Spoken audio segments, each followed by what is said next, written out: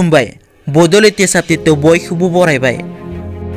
दिनै 27 जानुवारि बुधबाराव बर' आरो भारत सरकारनि गेजेराव जानाय थामथि गोजोन गोरोबथाया 1 बोसोर आबुं जाबाय।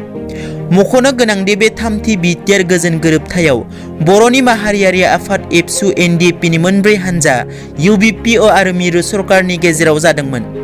बे बिटिआर गोरोबथानिनो सासे सागानगिरि एनडिएफबिनि गायसनगिरि आफादगिरि मानगोनां रन्जन दैमारिया दिनैसिमबो जोबथेसालिनिफ्राय उदां जायाखै।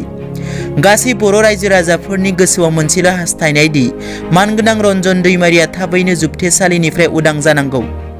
थांनाय माखासे समाव बिथांनि उदां जानायखौ लानानै गोबां राजखान्थि खालामनायबो नुनो मोन्दों। मानव गेदेर रन्जन दैमारि बिथाङा हारियाव बिगोमा होनायखौ रावबो बावनो हाया। सुलुङाव फोरमायनाय बादिब्ला बिटिआरनि गाहाय खुंगिरि मानगोनां प्रमद बर' बिथाङा डिआर नाब्ला बिथांखौ जोबथेसालिनिफ्राय बख'नो थाखाय नारा नाथा नाजागासिनो दं होननानै मिथिनो मोन्दों।